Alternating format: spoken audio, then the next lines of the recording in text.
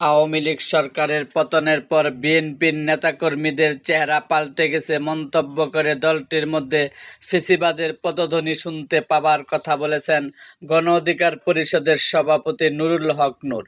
শুক্রবার বিকালে পটুয়াখালী শহরে কেন্দ্রীয় শহীদ মিনার প্রাঙ্গণে এক সংবর্ধনা অনুষ্ঠানে তিনি একথা বলেন।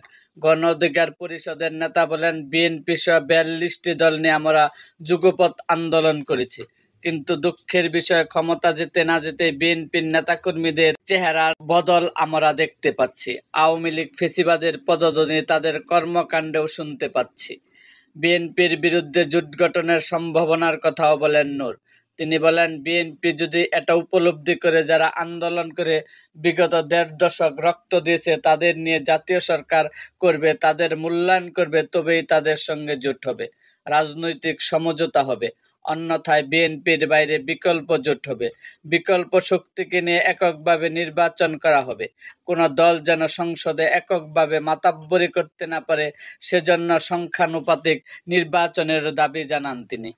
নূর বলেন, একদল এককভাবে ক্ষমতায় গেলে কি হয় সেইটা আমরা গত ৫০ বছরে দেখেছি।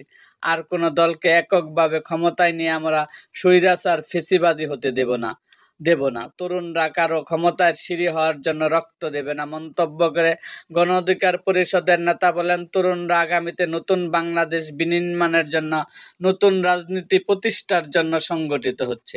নূর বলেন, শেখ হাসিনা পতনের পর একদল দখলদার, চাঁদাবাজ, লুটপাটকারী মাস্তান বাহিনীকে দেখা যাচ্ছে।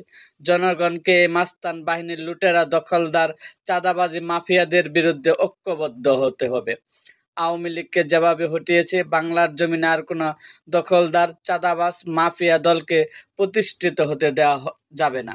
গণ অধিকার পরিষদের পটুয়াখালী জেলার সভাপতি সৈয়দ নজরুল ইসলাম লিটুর সভাপতিত্বে অনুষ্ঠানে দলটির কেন্দ্রীয় সাধারণ সম্পাদক মোহাম্মদ রাশেদ খানও বক্তব্য রাখেন।